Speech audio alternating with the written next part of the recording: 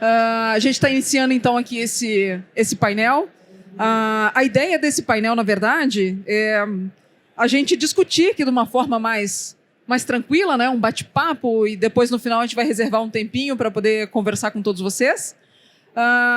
Eu me chamo Mariluce, sou da Masterol Sistemas Construtivos, e a ideia hoje é a gente setar com vocês onde cada um desses sistemas construtivos melhor se encaixaria, né? A gente fala de duelo, mas a ideia aqui não é a gente falar mal de nenhum dos sistemas, né? Mas a ideia é clarificar para vocês em que situação cada um desses sistemas melhor caberia, ou em que situações que poderia ser usar um ou outro sistema, né? Esse acho que é o principal objetivo aqui do nosso bate-papo. E a gente vai reservar um tempinho no final para vocês também fazerem perguntas para nós, a gente interagir. A gente vai conversar muito aqui entre nós hoje, né? E a gente vai discutir vários pontos e ver como que esses pontos funcionam dentro de cada um dos sistemas construtivos. E vai ser um bate-papo muito legal. Quer começar se apresentando, então? Eu me chamo Carlos Alves, sou formado em Engenharia Civil pela Federal de Santa Maria, lá no Rio Grande do Sul, onde eu resido, em 96. Em 2001, eu construí a minha primeira casa de wood frame com um amigo norte-americano, missionário mormon. Veio fazer a missão no Brasil e eu conheci. E alguns anos depois ele veio me visitar e eu mostrei o projeto da minha casa, 250 metros quadrados num condomínio, e ele olhou o projeto e disse: eu vou fazer para ti essa casa. Eu disse: não, é impossível, só leva um ano, tu veio tirar as férias aqui. Eu disse: não, vamos fazer em wood frame. Eu faço essa casa em um mês. Aí nós levamos 3 meses estudando a conversão de um projeto arquitetônico com 2 linhas paralelas para representar uma parede por um projeto de wood frame. Ferramentas, insumos, né? A madeira, o gesso acartonado, a chapa de OSB não era fabricada no Brasil. Nós ganhamos uma carreta da Macisa, que depois depois construiu uma fábrica em Ponta Grossa e vendeu para a LP, que a gente conhece hoje. Os insumos que não existiam no mercado foram desenvolvidos pelas Tintas Renner, que é lá do Rio Grande. Nós íamos no laboratório e fazíamos testes e a casa aconteceu. Levou 96 dias trabalhada, com um norte-americano que tinha bastante experiência e 5 brasileiros que eram mormons, mas eram balconista de supermercado, frentista de posto de gasolina, não sabiam nada de esquadro, nível, prumo e muito menos de qualquer ferramenta da construção. Quando o americano terminou a construção, ele virou para mim e falou assim: olha, se fosse nos Estados Unidos, está quebrado, porque essa casinha nos Estados Unidos eu tenho que levar 30 dias. Só que lá ele pegava o telefone, ligava e recebia as tesouras com o ângulo já toda da construção, toda pronta. O Munk tirava do caminhão e botava no lugar. Isso em 2001. De lá para cá, eu entrei no mercado. Eu sempre trabalhei com construção a seco, drywall, né? E de lá para cá, eu entrei na construção do steel frame. Eu participei de uma construção de 196 casas geminadas de steel frame em 2014 para a construtora Melnick, na cidade de Canoas, lá na Grande Porto Alegre. Aprendemos muito lá como fazer e como não fazer, gerando tudo o que era possibilidade de correções, enfim. O empreendimento foi o maior sucesso, vendeu tudo antes de entrar o primeiro morador. Eram casas pequenas de steel. Em algum momento, nesse caminho, em 2018, eu acredito, eu construí até hoje mais casas de steel do que casas de wood. Em 2018, um cliente me questionou: por que tu vem aqui e me mostra a tua casa de wood e orça de steel? Cara, não sei, todo mundo está fazendo isso, eu vou fazer também. Eu conheço a tecnologia do frame, porque a madeira lá nos Estados Unidos é a mãe da construção frame, né? Lá praticamente não existe casas de steel frame. Praticamente não existe casas de steel frame. Porque a cultura do carpinteiro, que se chama o profissional, é da madeira, ele é um carpinteiro. Porque o aço custa mais caro do que a madeira. Então, nesse momento aqui no Brasil não é isso, o mercado não é assim, é muito mais o steel. A gente está vendo o movimento da economia toda para a industrialização dos frames com aço. Mas em algum momento isso tende a mudar. Por isso eu fui convidado para vir aqui do Rio Grande do Sul falar com vocês com o meu ponto de vista do wood frame. Nesse momento eu vou pedir para... Sou eu que mudo, né? Eu vou mostrar aqui rapidinho, ó. Essa aqui é a minha empresa, chama Gaúcha Engenharia. Eu trabalho com tudo relativo ao wood frame. Eu pego o teu projeto arquitetônico e converto para um projeto estrutural de wood frame. Eu desenho cada pauzinho de toda a construção. Utilizamos software BIM, SolidWorks, e depois essa estrutura passa por um outro processo de dimensionamento das cargas na construção, atendendo às normas de construção do Brasil. A partir daí, nós tivemos que desenvolver uma fábrica do perfil da madeira, porque não existe no mercado, não tem. Talvez lá no Rio Grande agora tenha 2, 3 empresas que tu pega o telefone e liga, eu quero um montante de wood frame, o cara sabe o que é. 99% da serraria vai dizer que não sabe, que não conhece. Então, nós tivemos que absorver essa tecnologia para poder ter qualidade. A madeira tem que ter sempre a mesma bitola, senão ela mostra um dente na chapa de gesso acartonado, no revestimento interno, né? Então nós produzimos lá a madeira, nós desenvolvemos alguns elementos metálicos de fixação, que hoje ainda é importado italiano, que é uma fortuna, e dá para fazer similar no Brasil, é uma chapa de aço galvanizado. Qual é o segredo disso? Nós copiamos tudo deles, claro. O Flywall é uma tecnologia que nós desenvolvemos também com o wood frame, que é o seguinte: como eu desenho toda a estrutura, assim como vocês conhecem o steel frame engenheirado, nós temos o wood frame engenheirado. É uma marca registrada da minha empresa, chama Flywall, parede que voa. Nós cortamos todas as madeiras, todos os pauzinhos, enfardamos e escrevemos o nome do painel. Painel número 12, painel número 50... Botamos num caminhão e, nesse momento, eu estou construindo aqui no bairro Butantã, em São Paulo, uma casa de 270 metros quadrados que veio toda enfardada, toda em flywall, numa carreta de 30 mil quilos. O pessoal descarregou aqui e começou a abrir os fardinhos e montar. Essa é a 6ª semana de construção e nós estamos com as estruturas todas montadas. São 2 volumes a construção, que somam 270 metros quadrados, e revestidas por fora com o Tyvek. E tem um forro de madeira também nessa construção. Esse flywall viabiliza a construção em qualquer lugar do Brasil. Nós já vendemos flywall para Bahia, para Mato Grosso, para Minas Gerais, aqui para São Paulo. Isso é um wood frame engenheirado. A painelização lá para o Rio Grande do Sul é muito viável. Eu faço os painéis num galpão, boto num caminhão e levo pronto o painel para a construção. Eu tenho próximo de 1.200 alunos entre alunos de cursos EAD e cursos presenciais, tanto o curso EAD de steel quanto o curso EAD de wood frame. Nós tivemos algumas turmas aqui em São Paulo e, com o advento dessa nova casa aqui no Butantã, nós vamos trazer novos cursos aqui para São Paulo. E depois a construção da casa em si foi o que nos trouxe até aqui como construtora, e tivemos que resolver todos os problemas desse sistema por não ter um mercado desenvolvido ainda, né? Tudo. Eu fui na empresa que produz o prego e pedi, faz um prego desse tamanho assim, assado, copiando da construção americana. Eu vivo com o pessoal da Tec Verde, da Alea aqui, a Tec Verde em Curitiba, a Alea aqui em Jaguariúna, no interior de São Paulo. Copiando não, melhorando o meu processo, vendo quem é o fornecedor deles, em tudo. A cadeia produtiva do wood frame está nascendo no Brasil, está nascendo bem, é uma industrialização da construção civil, e eu aconselho vocês ficarem pertinho disso. O meu tempo acabou, agradeço muito a atenção de vocês, tenho certeza que nós vamos fazer um debate aqui bem legal, e reforço no final as perguntas da plateia, tá bom? Então, pessoal, muito bacana ver o Carlos falando, porque acho que a gente falando tanto de light steel frame, de wood frame, falando de modular, todos esses sistemas construtivos mais industrializados, eles estão numa fase não tão madura ainda no nosso país, né? A gente tem um processo longo pela frente. O que a gente está vivendo hoje com esses sistemas construtivos é muito parecido com o que a gente viu no drywall lá no passado, né? Eu também participo desse mercado da construção seco desde 2004, e a gente passou muitos percalços lá no início com o sistema drywall, enfim. A gente não tinha projeto, não tinha norma, e a gente percebia que o consumidor ele ficava muito refém do fornecedor, né?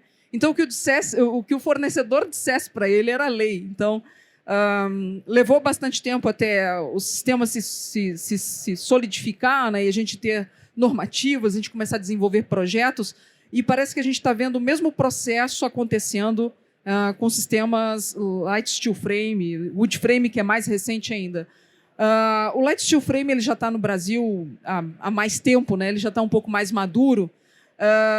Ele já passou recentemente agora por um processo de normatização, e vai ser muito bacana porque no nosso diálogo aqui vocês vão entender um pouquinho melhor o que eu posso fazer com o sistema, o que eu posso fazer com o outro, né? Então, Light Steel Frame, basicamente, a gente trabalha com os perfis que vai de 90 centímetros até 300 de bitola. Hoje a gente já consegue trabalhar com prédios de até 7 pavimentos com Light Steel Frame. O que o Carlos comentou, por exemplo, no mercado americano, que é um mercado que eu estudo bastante, quem estava aqui hoje mais cedo viu a gente falar bastante sobre envelopamento, que, aliás, é um tema que me interessa bastante, né? É onde eu tenho dedicado bastante a nossa energia. Nossa empresa trabalha muito ainda com o sistema drywall interno, e na parte de Light Steel Frame, nosso foco mais são sistemas de vedação de fachada. Então, eu não trabalho propriamente com obras onde o Light Steel Frame é utilizado como um sistema autoportante. A gente usa em sistemas que são combinações de outros sistemas, né? A estrutura normalmente é um aço pesado, um aço laminado, e a gente faz o sistema de vedação, ou o sistema de concreto armado ou pré-moldado, que a gente faz o envelopamento, que a gente faz a vedação. Então, hoje a gente consegue resolver muitas coisas com Light Steel Frame. A gente vai, vou exemplificar para vocês aqui hoje o que a gente consegue fazer com o sistema. Então, se eu quiser fazer sistemas autoportantes com estrutura de Light Steel Frame, a gente já consegue trabalhar com prédios até 7 pavimentos. No Brasil, eu tenho conhecimento de que a gente tenha feito 4 pavimentos, 5 pavimentos. Lá fora, até 7. Na verdade, até daria para fazer mais. Só que daí a gente começa a esbarrar na questão de custo. Que a gente começa a ter que trabalhar com perfis mais robustos ou com perfis duplicados, enfim. Então, a gente começa a encarecer muito o sistema. E ele começa a se tornar inviável, né?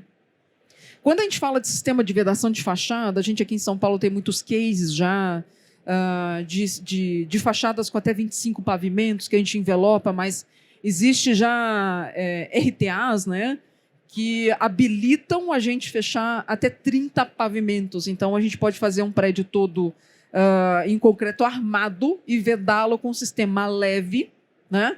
E a gente pode fazer isso tanto moldado, tanto no local, né, que a gente chama de infill. O sistema infill é quando eu trabalho com a estrutura de Light Steel Frame dentro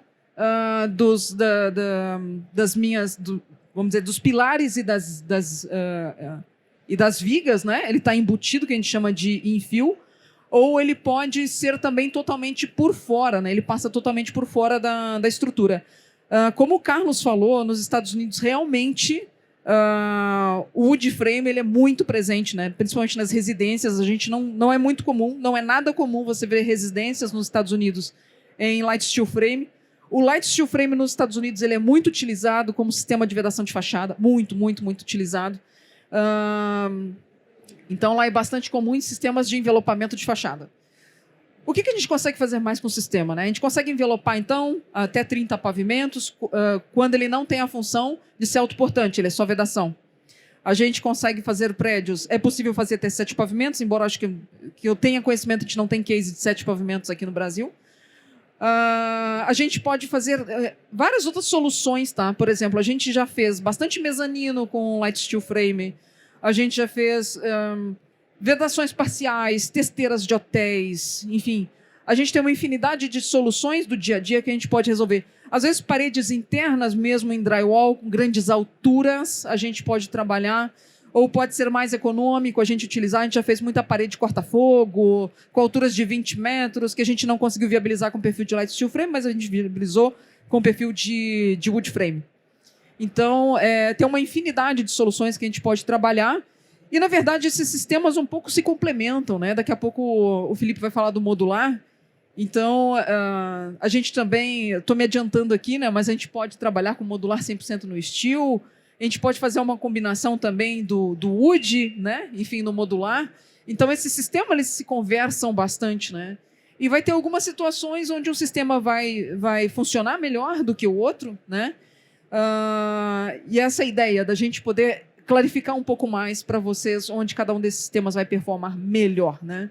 E o que eu falei hoje de manhã sobre a parte de envelopamento, né? Tudo que a gente coloca depois da estrutura, basicamente isso vai funcionar tanto para quando a gente estiver falando do modular, quanto do light steel frame, quanto do wood frame. E a ideia é depois, na sequência, a gente entrar em temas específicos e dizer como que cada um dos sistemas vai funcionar dentro desses assuntos, né? Por exemplo, a gente vai falar sobre, sei lá, aspectos de segurança, como que funciona a acústica, como funcionam as questões de normatização, financiamentos, enfim. A gente vai entrar dentro de cada um desses temas e no final a gente vai abrir para vocês conversarem, tá bom? E, gente, muito obrigado ao Carlos e à Mariluz por dividir esse palco aqui comigo. E o nome desse painel, né, o duelo, é engraçado, né? Mas que, na verdade, nós somos complementares, como eles bem colocaram, né? A construção modular ela pode ser feita utilizando tanto o wood quanto o light steel framing, porém de forma off-site, ou seja, fora do canteiro de obras. Então, são sistemas dentro dos sistemas, né? Então, é interessante. E aqui eu me considero até de certa forma, privilegiado, porque no modular nós podemos trabalhar com qualquer um desses sistemas, mas outros tantos mais, como inclusive o concreto armado, desde que feito de forma pré-fabricada, pré-moldada. A gente pode trabalhar com a madeira engenheirada, a gente pode trabalhar com impressão 3D, a gente pode trabalhar com painéis isotérmicos, como a gente tem N painéis aqui, painéis CIP. E hoje já tem prédio sendo feito com 55 pavimentos utilizando construção modular, né? Então, nos Estados Unidos tem 32 pavimentos, na Inglaterra 55, Singapura 44. Então, assim, o céu é o limite. E prédios absurdamente feitos de forma rápida. Aqui nós temos a Brasil ao Cubo com um prédio de 8 pavimentos, 3.000 metros quadrados, empilhando módulos sobre módulos, como um Lego, feito, incluindo a parte de projetos, chave na mão, 100 dias. Então, assim, é absurdo. Parece história de pescador, mas é verdade. A gente acabou de ver ali em Floripa uma escola de 3.000 metros quadrados, feita do início ao fim em 42 dias. Então, é isso que é a construção modular, nesse caso, painelizada. E aí, até me apresentando, né, também sobre o que eu faço, eu já peguei o gancho aqui, né, passei o carro na frente dos bois. Eu trabalho com construção modular, primeiro, eu sou arquiteto, eu trabalho com construção modular desde 2016, moro em Floripa, e hoje, além de fazer projetos, eu tenho também um braço educacional, e de eventos, como eu citei o Summit o ano passado, eventos presenciais também, missões para fora do país, para conhecer novas tecnologias, sistemas construtivos dentro do modular e fazer essa transferência de tecnologia aqui para o Brasil e para os empresários, né, para o nosso mercado que nos acompanham. Eu já tive também mais de 2.000 alunos, tem alguns deles aqui, né, muito gratificante, na área de construção modular. E, além de arquiteto, né, muito além de um arquiteto, de um professor, eu me considero um canal de comunicação para fomentar o sistema construtivo industrializado, do qual o modular faz parte, incluindo o wood, o light steel framing, porque eu acredito que existe uma forma melhor de construir. E esse duelo, né, que eu achei engraçado o nome do painel, nós não somos concorrentes, nós somos complementares. Se tem algum concorrente aqui, é a alvenaria. Por quê? Eu respeito a alvenaria, mas no meu entendimento, no meu humilde entendimento, existe uma maneira melhor de construir. Eu não sei se vocês sabem, 70% de todo o resíduo urbano gerado provém da construção civil. 30% de tudo que se compra para a construção civil é desperdiçado. É como se você fizesse 3 casas e, ao final das casas prontas, você demolisse uma. Faz sentido isso? Recursos naturais, gases, efeito estufa, pegada de carbono, tudo isso, a construção civil é responsável por grande impacto. E nós somos responsáveis por isso, como players dessa cadeia, desse mercado. Então a gente tem que fazer alguma coisa. E como o Heriberto falou aqui, eu quero deixar um legado e tudo mais, cara, eu também quero.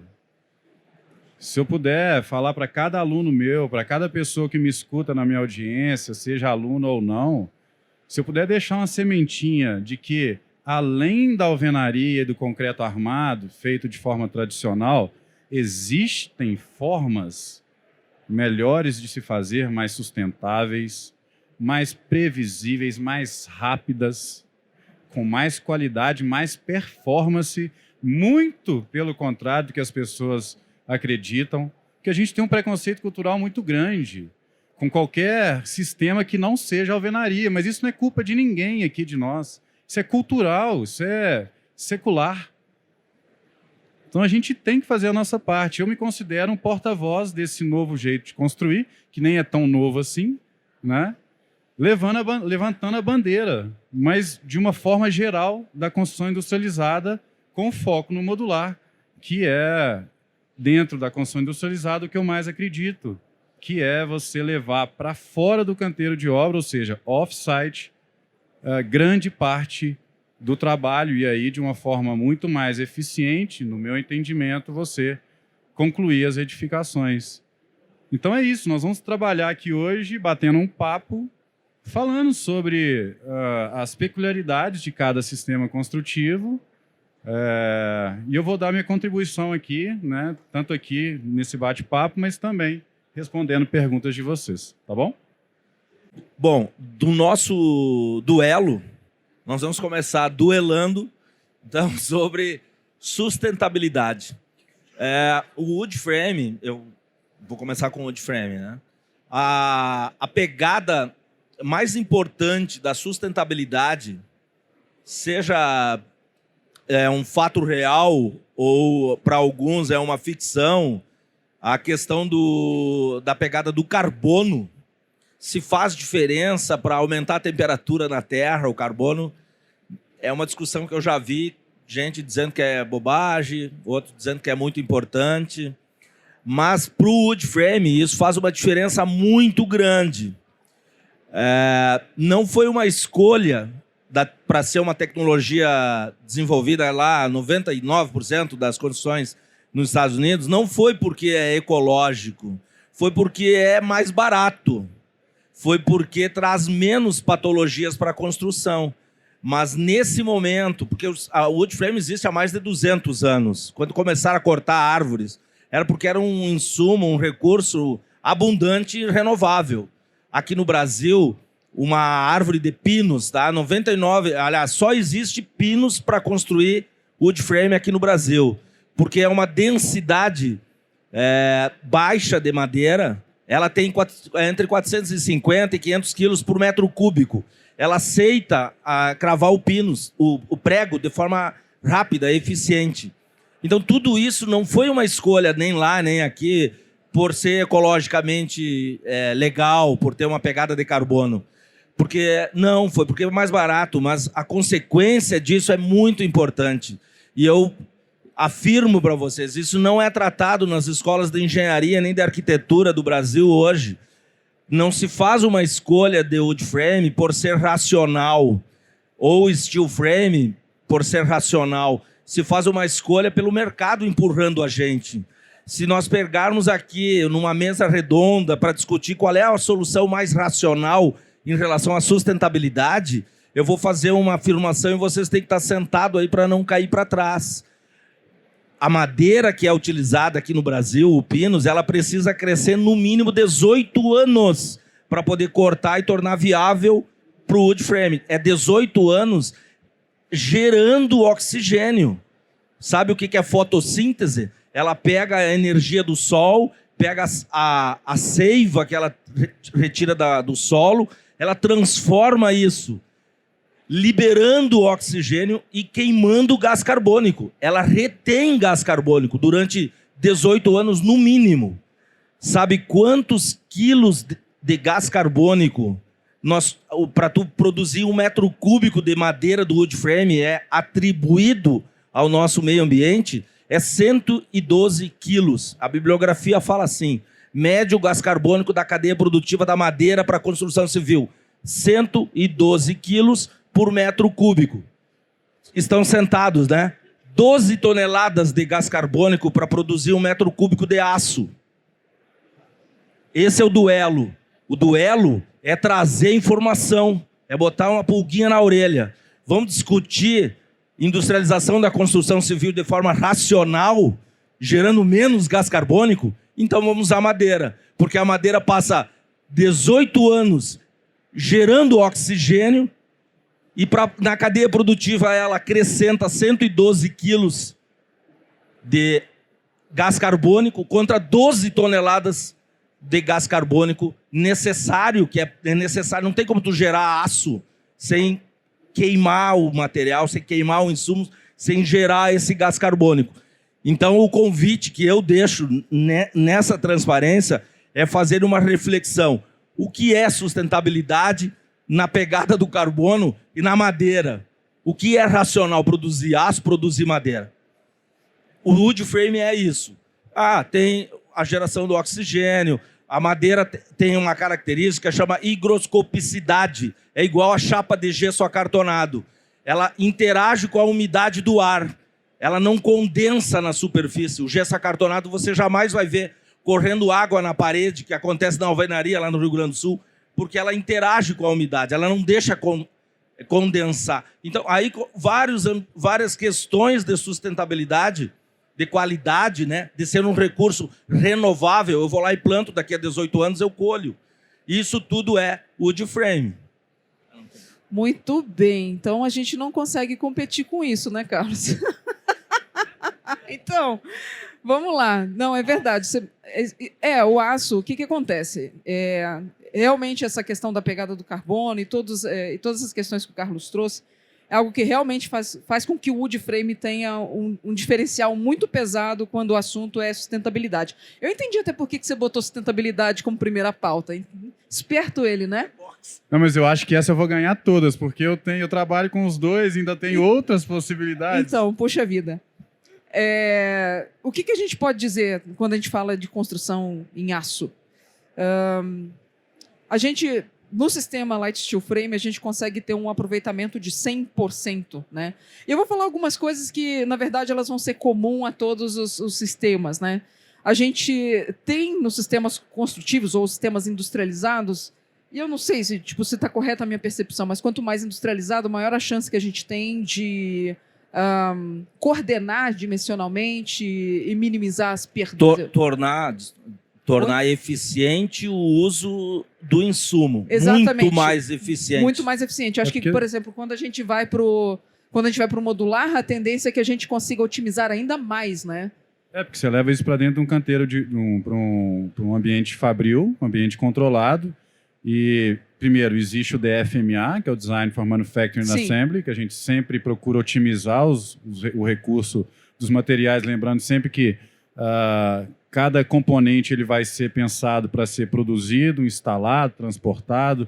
A coordenação modular, que a gente sempre... a peça que não é utilizada, a gente sempre procura pensar o projeto utilizando dimensões que sejam coordenadas para que você consiga utilizar de forma otimizada todos os componentes que vão fazer ali aquela edificação. E o que não é utilizado num módulo, por exemplo, é passado para o módulo que vem na sequência. Isso tudo dentro de uma fábrica. Então, é por isso que o desperdício é próximo de zero.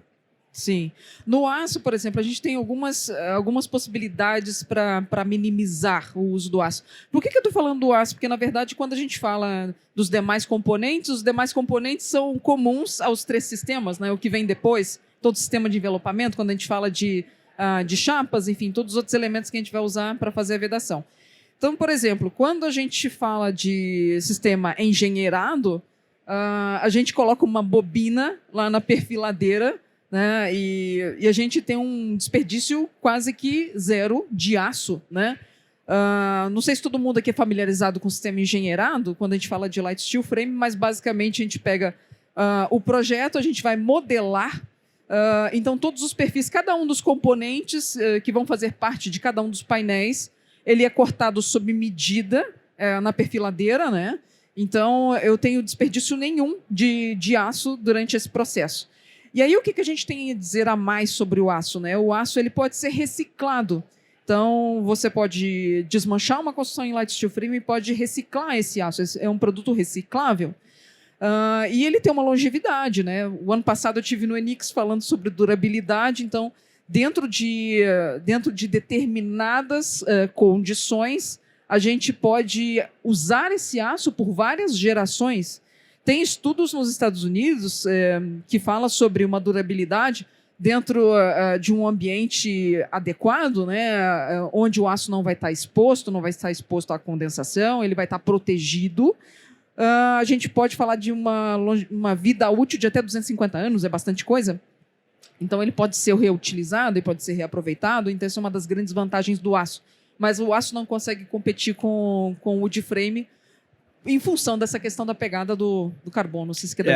Eu também não quero só dar essa ideia, tão ruim, né? Não. Eu vou dizer assim, uma casa de qualquer padrão que vocês venham a conhecer de steel frame, usa lá em torno de 30 quilos de aço por metro quadrado.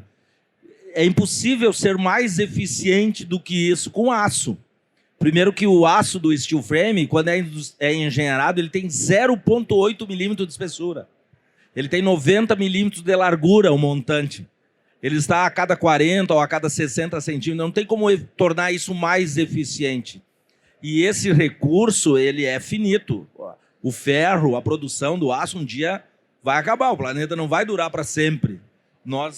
Eu vou viver 70 anos, mas daqui a 1000 anos é capaz de ter humanos aqui reclamando de nós. Os caras usaram todo o aço, vão tornar o aço reciclável. Não, a madeira a gente planta uma sementinha, ela vem. Ela passa 18 anos contribuindo com o oxigênio, retendo o gás carbônico, mas ela é eficiente. O aço se torna muito eficiente, né? A indústria da construção precisa do aço. A humanidade chegou aqui precisando do aço. O aço não é um vilão. O que é vilão é produzir aço gerando gás carbônico. E isso tem evoluído. Eu consigo dizer também, nos últimos 20 anos, a contribuição desse gás carbônico reduziu 25%. A bibliografia fala sobre isso. A fundição, né, a indústria do aço, reduziu e a tendência é que cada vez reduza mais. Sabe por quê? Porque vocês estão aqui no Enix e vocês vão começar a cobrar isso. Vocês vão começar a comparar. A informação aberta, livre, vai fazer diferença. Já está fazendo, né? Vocês têm um YouTube aí para consultar qualquer assunto e vai fazer diferença cada vez mais e mais rápido. Maravilha. Bom, queria só complementar que a madeira realmente ela é imbatível porque a pegada de carbono chega a ser negativa, né? Ou seja, ela retém mais do que ela emite, o sistema como um todo. E isso, cara, numa materialidade que é renovável, que ela pode ser plantada. Enfim, eu vim de uma missão na Suécia o ano passado, que a gente viu lá onde das novas edificações, mais de 90% são feitas com o uso da madeira engenheirada, plantada lá nas florestas, plantada e colhida lá nas florestas da Suécia. E aí você vai falar assim, mas aí está desmatando a floresta. Cara, desde 1990, quando eles começaram a migração, junto com o governo, a academia e os players, eles se juntaram e falaram assim, vamos começar a apoiar o uso da construção em madeira engenheirada. A área vegetada, florestada, a área de floresta da Suécia dobrou de lá para cá. E hoje, o market share de construção em madeira engenheirada, de novas construções, é de 90%. Então, assim, eles têm um manejo, não é desmatamento, muito pelo contrário, é o manejo correto. Então, aqui no Brasil, agora, a Amata, com a Urben. Não sei se você sabe, mas dentro da construção modular, da construção industrializada, de uma forma geral, o sistema que mais cresce é da madeira engenheirada, cresce a 20% ao ano. Então é muito robusto o crescimento. Por causa disso, porque é um sistema com a madeira, com um material renovável, ela tem uma pegada de carbono que nenhum outro sistema tem, sendo modular ou não. E a questão do aço, o aço, por ele ser reciclável, ele também tem uma contribuição muito grande na questão da sustentabilidade. Agora, eu vou puxar a sardinha para o meu lado agora, porque o modular, seja na madeira ou seja no aço, se ele for trazido para off-site, que o torna modular, antes de complementar, só fazendo um parêntese, toda construção modular é industrializada, mas nem toda construção industrializada é modular. O wood framing e o light steel frame, se ele for feito on-site, ele é industrializado, mas não é modular. Para ele ser modular, ele tem que ser feito fora do canteiro de obras. Essa é a grande diferença. Quando você traz o sistema construtivo para fora do canteiro de obras, ou seja, para um ambiente controlado, você vai pegar painéis de light steel frame, ou seja, módulos volumétricos ou painelizados ou híbridos, a mesma coisa para o wood framing, você ganha celeridade. Eu estava ali na Auge agora, conversando justamente com o Paulo, o diretor, falando, Paulo, ele que faz das duas formas. Ele usa o light steel frame feito on-site e off-site através de painéis, ou seja, ele leva os painéis já prontos da fábrica, são transportados, tem um custo da logística e tudo mais, mas incluindo o custo da logística e o custo de se fazer o painel fora do canteiro, e você utilizar a mão de obra para montar os painéis on-site, o custo do painelizado fica mais em conta no final da conta do que é o que a gente quer saber. Então, a gente reduzindo prazo, reduzindo qualquer tipo de serviço on-site, a gente está sendo mais sustentável. Um exemplo bem prático é uma conta de água de uma construção tradicional.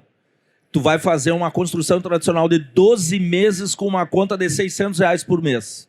A construção com frame ou industrializada off-site, tu vai ter uma conta R$50 em 6 meses. É absurdamente diferente. Não usa água nessa construção. A conta de energia é a mesma coisa. Imagina a betoneira com motorzinho 5 HP batendo 8 horas por dia contra uma conta de energia de um carregador de bateria de 12 volts. Isso sem falar que no ambiente controlado, gente, eu vou voltar na minha primeira fala, não tem o desperdício absurdo que a gente tem no canteiro de obras.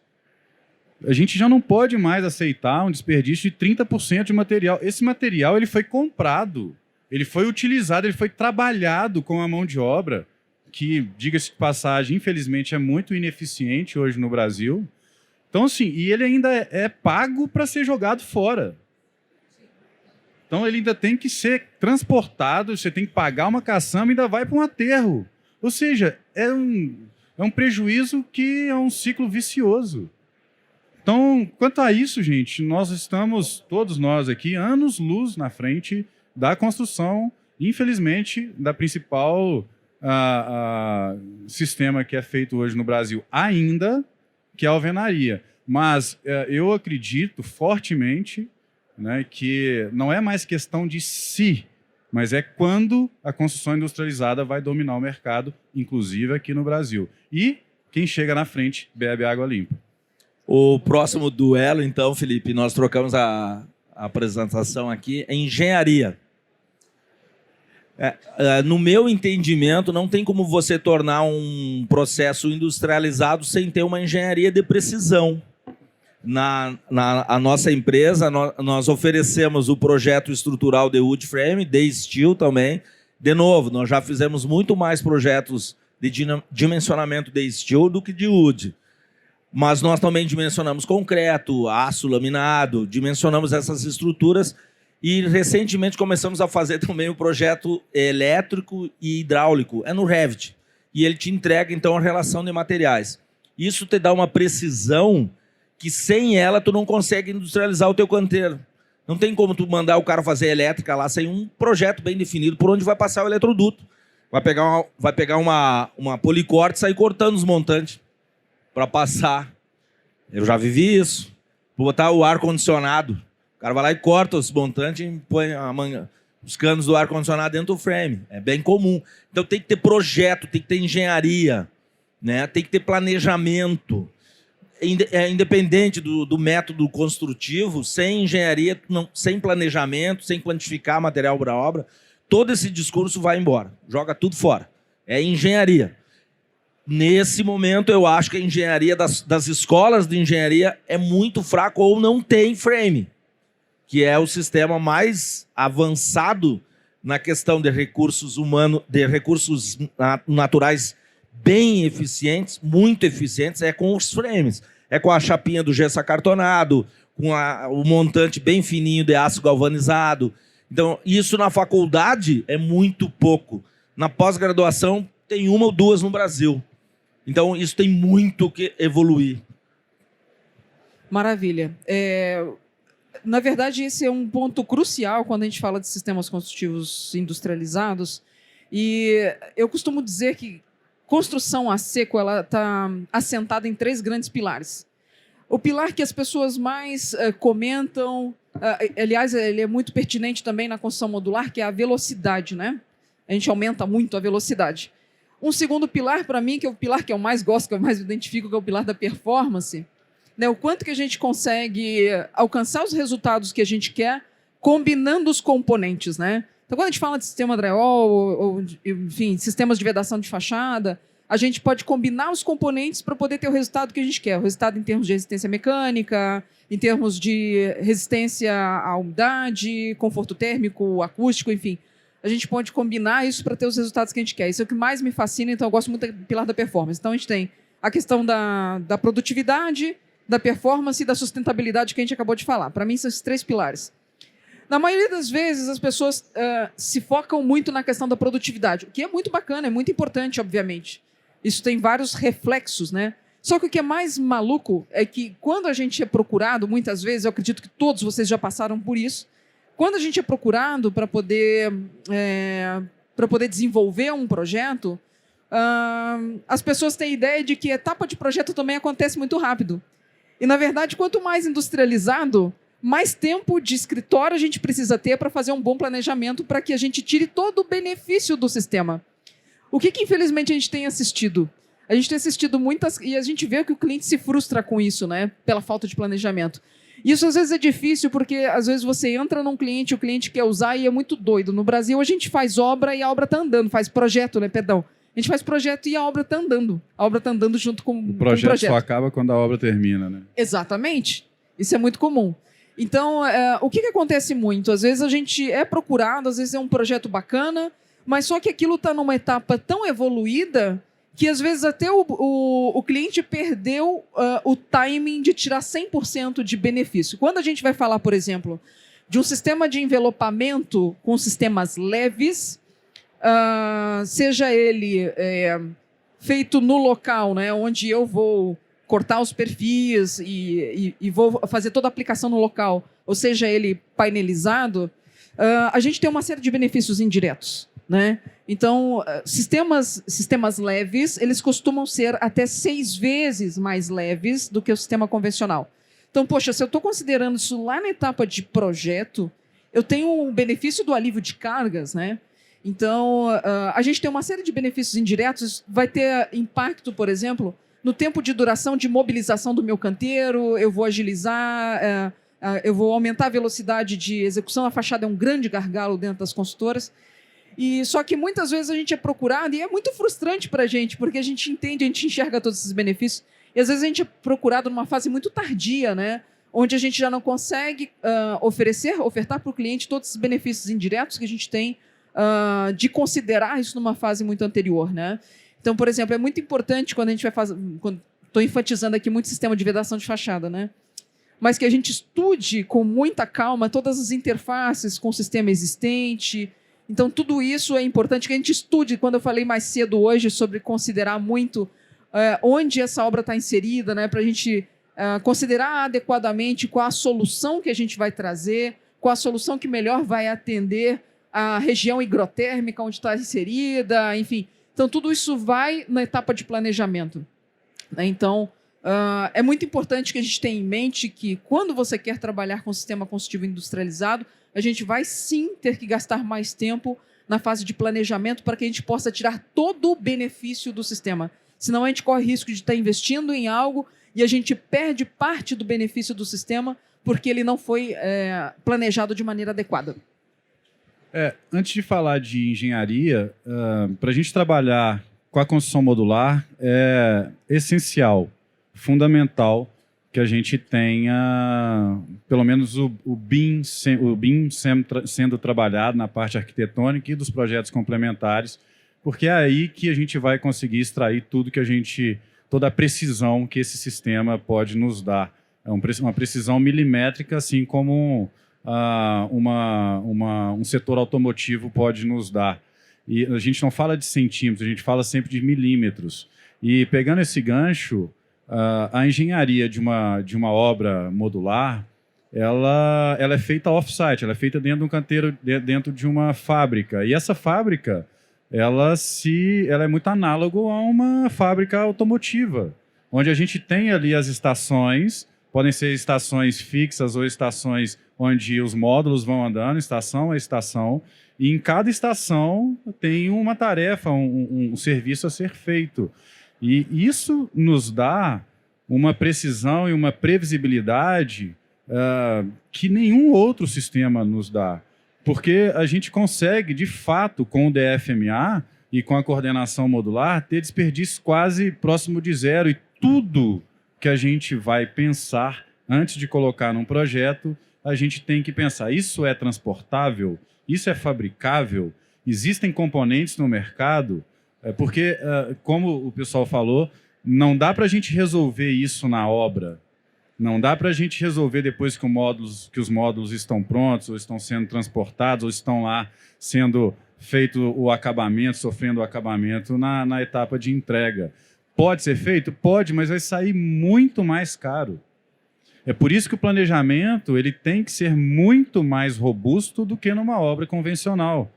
E como eu brinquei aqui agora, quem nunca aí que é arquiteto, que é engenheiro, se deparou com um fenômeno, né, que não é nem fenômeno assim, que é comum, que o projeto ele sofre alterações e só termina quando a obra de fato termina.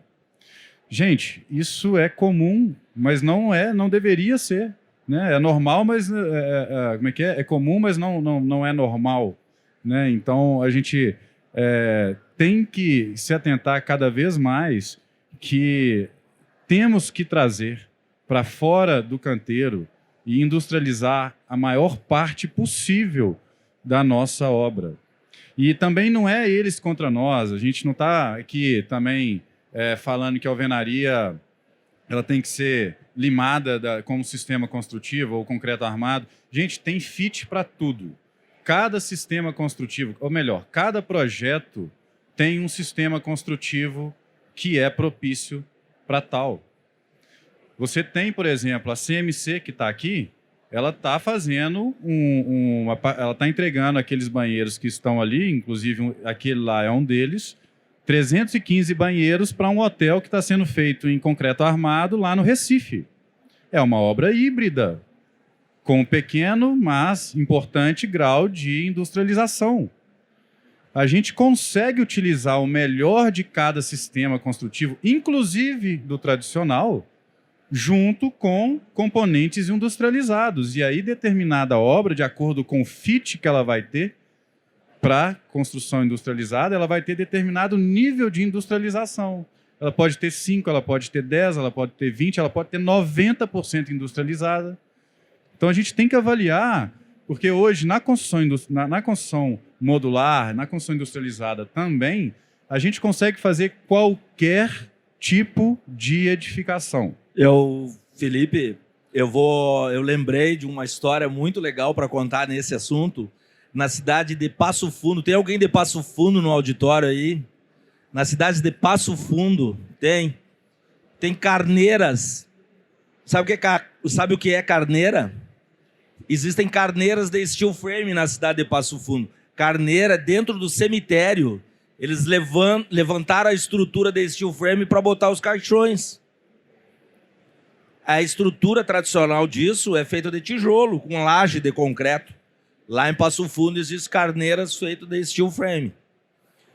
Outra coisa que dá para fazer, o que eu já fiz, o arquiteto tem um projeto de jardim e quer fazer aquela cachoeira num laguinho.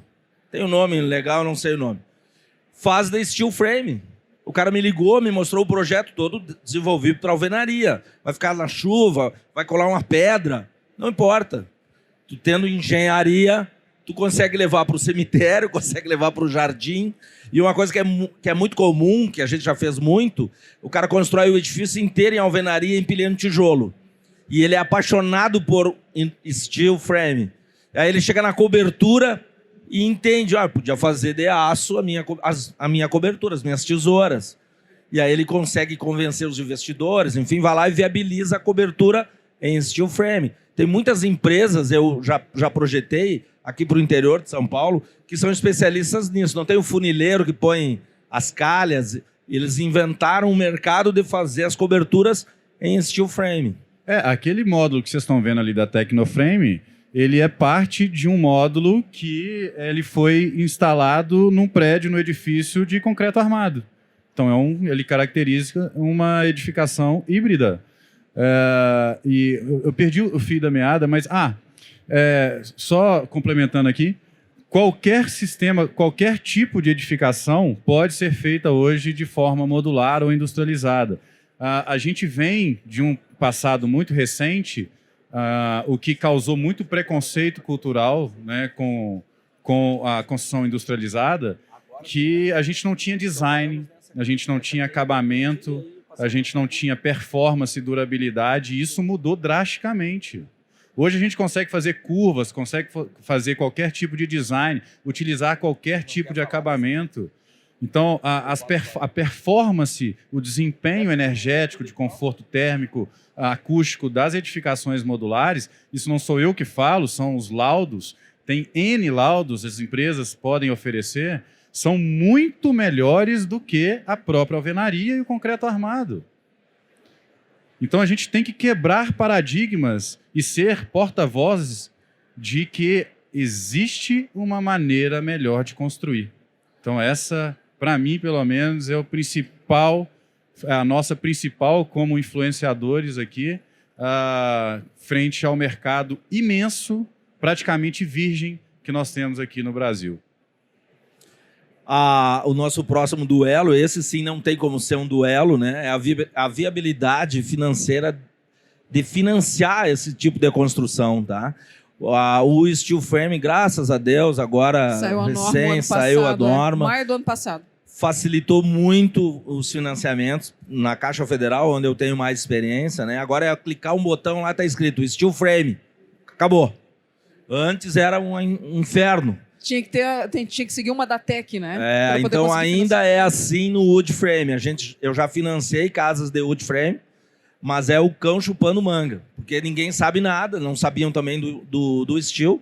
Então as dúvidas, o medo, a insegurança por ser um sistema inovador é muito grande quem vai fiscalizar, né? Até hoje a dúvida é forte, mas tendo uma norma, eles têm onde se basear, se apoiar. Sobre financiamento, acredito que vários bancos têm essas linhas de construção, né? Ou de aquisição, enfim, é bem desenvolvido já. Mas o wood frame não tem a norma, está na segunda consulta pública da ABNT, a norma do wood frame vai sair a qualquer momento, já fazem 3 anos. É isso aí. O importante é só lembrar que quando ele ainda está em status de sistema inovador, para que você consiga trabalhar ou vamos dizer assim, usar algum tipo de financiamento, você precisa de atender uma da Tec, né? Como aconteceu também com o sistema Light Steel Frame. A gente está chegando aqui no final, foi muito rápido, a gente até, enfim, a gente gostaria de ter discutido alguns outros temas com vocês. O que vocês acham? A gente abre para a turma perguntar para nós agora? Claro. Turma, então, como a gente tem alguns minutinhos finais aqui, a gente vai abrir para vocês. Alguém quer fazer pergunta? Boa tarde.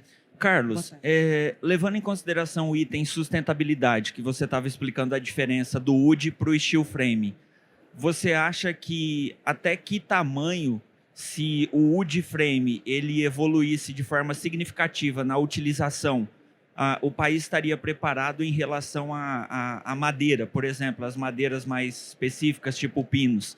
A gente teria um preparo para ter essa matéria-prima, para essa expansão do wood, ou o aço, nesse momento, seria sairia na frente no sentido de ter uma matéria-prima em maior quantidade? Obrigado. Entendi. Muito legal essa pergunta, é muito comum essa dúvida. Eu já fiz esse estudo, tá? A cadeia produtiva da madeira no Brasil, tanto quem planta, quem colhe, quem comercializa, quem industrializa isso, é focada para celulose. O Brasil é o 4º maior exportador de madeira do mundo. O Brasil tem, da receita da madeira, eu acho que 90% é para fazer papel. O nosso insumo madeira é subvalorizado no mercado brasileiro. Uma construção americana de uma casa de 250 metros quadrados, o frame de madeira tem lá um valor de 40% da construção. A madeira aqui na casa de 250 metros quadrados vale R$1.000. É a madeira que tu vai comprar para fazer a forma das colunas e das vigas da tua construção. Ela não é pinos, ela não aguenta chegar ao final da construção. Com certeza tu vai jogar no lixo a madeira aqui, então ela não gera valor. As pessoas compram pinos para jogar no lixo. Se o pinos tiver valor no mercado para construir a estrutura da tua casa, como é a estrutura do wood frame, ele vai valer mais, vão deixar de exportar para celulose, vão vender no mercado nacional.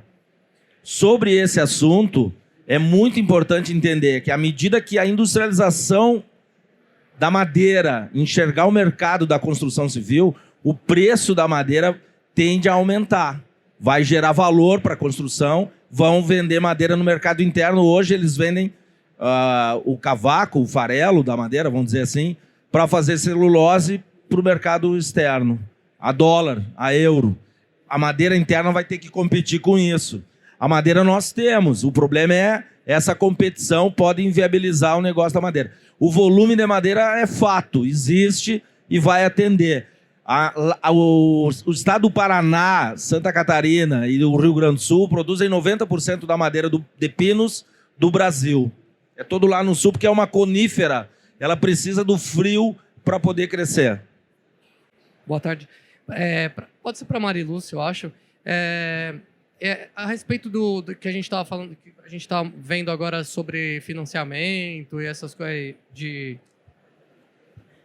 desses métodos inovadores, né, pelos bancos. E não sei se vocês têm essa resposta também em relação agora para a obra pública, né? Normalmente a gente usa algumas tabelas de referência, como SINAP, CPOS, e pelo que eu andei pesquisando, a gente ainda não tem o steel frame ou wood frame referenciado em umas tabelas dessas aí para a gente conseguir fazer licitação de obra pública. Vocês sabem como que a gente pode referenciar sem ser através de fazer cotações dos produtos e anexando ali no processo licitatório, né? Eu confesso que particularmente não tem, né? Eu participei agora da construção da escola lá em Florianópolis, uma escola municipal feita com os painéis steel panel lá da Quick House, e eu perguntei, né, para o secretário como é que foi feita a licitação, porque foi um arraso no bom sentido, né? Uma obra feita em 42 dias e o prazo combinado era de 120. Falei, como é que foi feito o processo licitatório? Então, eles fizeram uma tomada de preço com 4 ou 5 empresas para efeito de lançar o edital, e aí depois lançaram o edital e aí eles fizeram uma concorrência. Enfim, quem apresentasse a melhor proposta levava. Mas foi feito dessa forma justamente pela ausência de um indexador, alguma coisa assim, sabe? E só mais uma coisinha, é porque foi feito também no regime emergencial porque a prefeitura estava sendo processada pelo Ministério Público por falta de vaga de escola, vagas de alunos. Sabe? Acho que eles usam o RDC, né? Regime diferenciado de contratação. Acho que deve ser alguma coisa Nesse caso tipo. foi isso. Sim. Não, o que é ruim, assim, que às vezes a gente quer fugir disso porque tem produtos que são muito específicos. Então, por exemplo, até lá da Quick House, né? Que eles têm os painéis lá próprios. Então, você não tem como fazer uma comparação e fazer uma tomada de preço de produtos que não tem, às vezes... Mas, às vezes, eu acho que foi feito lá um sistema construtivo a seco que desse lá as características de entrega de até 120 dias e tudo mais. Entendi. Enfim, tem lá umas condicionantes, né? Sim. Nesse momento, existem vários órgãos públicos trabalhando nesse sentido para viabilizar. Pelo que eu fui consultado, o estado de Santa Catarina, ele abriu uma licitação para contratar casas quando desce o morro, tem um problema lá, derruba a casa da pessoa. Eles contrataram ou fizeram a licitação e eu acho que já contrataram para fornecer lá 200 casas. E tem que ser assim, caiu a casa da pessoa lá na cidadezinha tal no interior, vai correndo lá e faz a casa.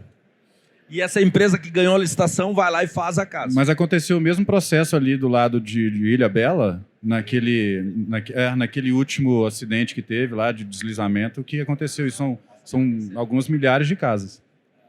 Legal, obrigado, viu, gente? Mas assim, se tivesse algum esforço para colocar pelo menos na tabela SINAP, que é a tabela mais utilizada, facilitaria muito a vida e até assim fomentaria a utilização de construções inovadoras. Né? O exemplo que eu dou nesse sentido de por que não acontece alguma coisa no UD ou no Steel é como se tu chamasse a maior construtora do estado, da cidade de São Paulo, para fazer o forrinho do teu banheiro.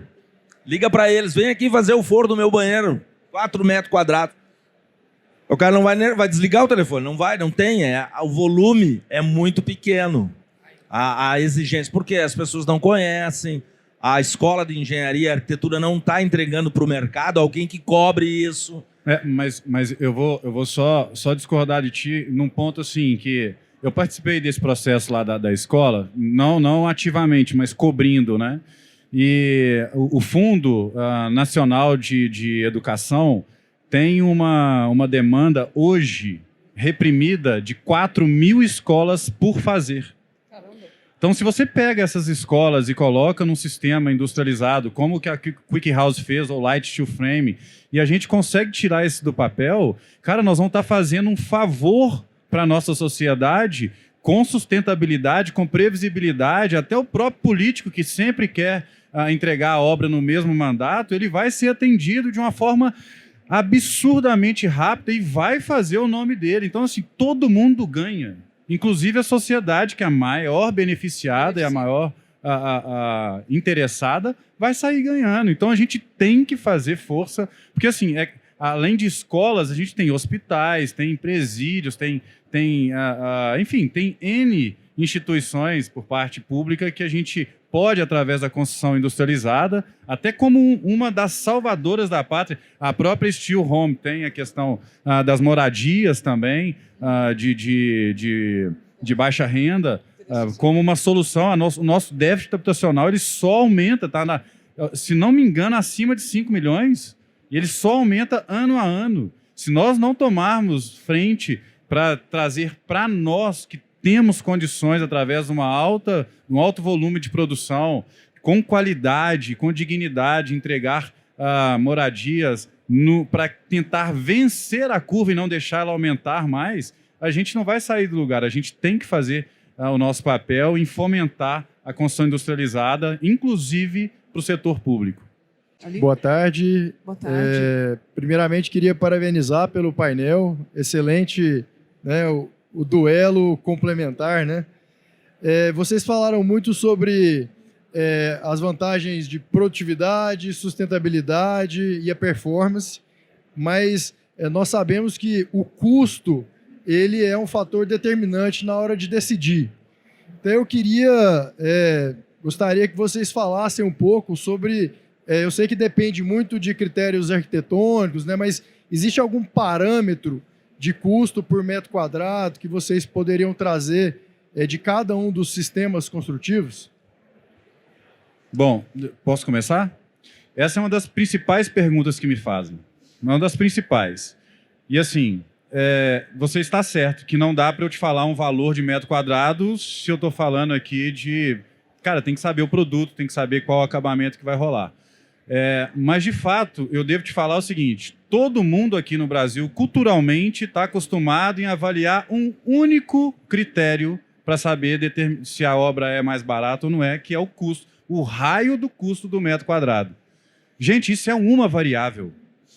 Se você pega uma obra modular que ela seria feita em 1 ano, ela pode ser feita em 3 meses, se você coloca o custo, a oportunidade, a operação do edifício nesses 9 meses que aí ela foi avançada, você de repente tem uma obra que sai de graça. Ninguém faz essa conta.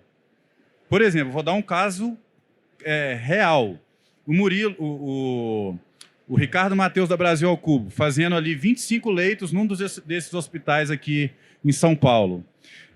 25 leitos, 40 leitos de UTI. Uma obra que demoraria ali 1 ano e meio ou 2 anos, ele fez uma apresentação, que participei de um roadshow com ele, ela demorou 4 meses.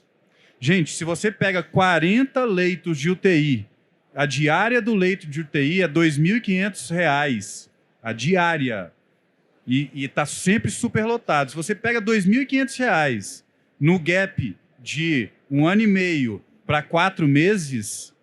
Cara, a obra sai de graça e ainda sobra dinheiro no bolso do hospital.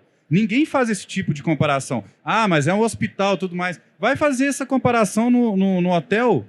Eu participei de uma escola, de uma ampliação de uma escola lá em Floripa, em Jurerê, também cobrindo, da Vísia, que eles precisavam lá de forma muito prática, uma escola que já opera, uma escola bilíngue, cuja mensalidade é R$ 3.500. Eles precisavam de 100 novos alunos. Ampliação de 6 salas de aula para 100 novos alunos. Eles tinham 2 opções.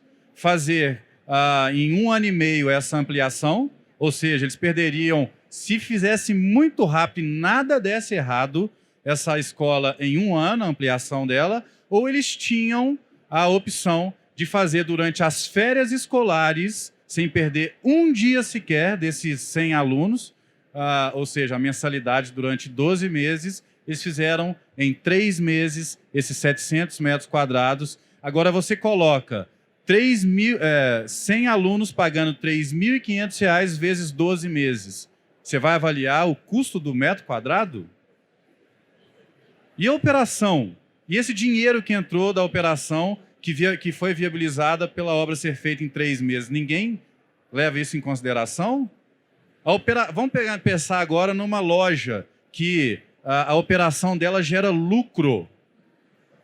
E aí? Se eu antecipo em 6, 7, 8, ou seja, em 3 vezes a velocidade que ela entraria em operação, isso não é levado em consideração? As pessoas só querem saber do custo do metro quadrado?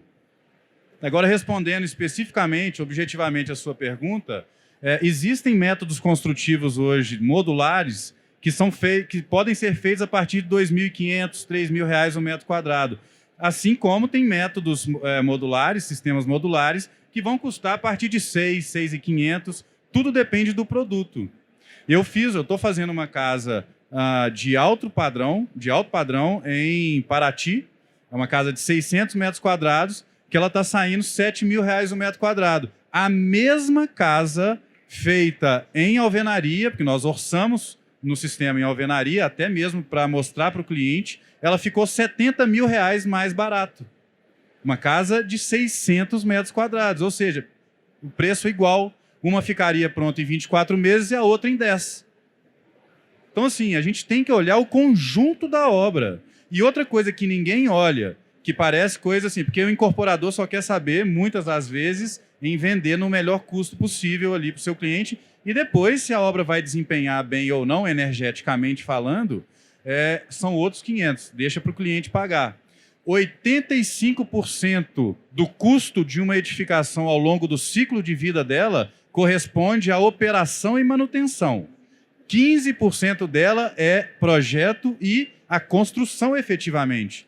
Então, se 85% dela custa durante a operação, e grande parte dessa operação é manutenção e energia gasta, gente, ao final do ciclo de vida, a construção industrializada ela sai, mas é muito mais barato que a construção tradicional. Ninguém faz essa conta.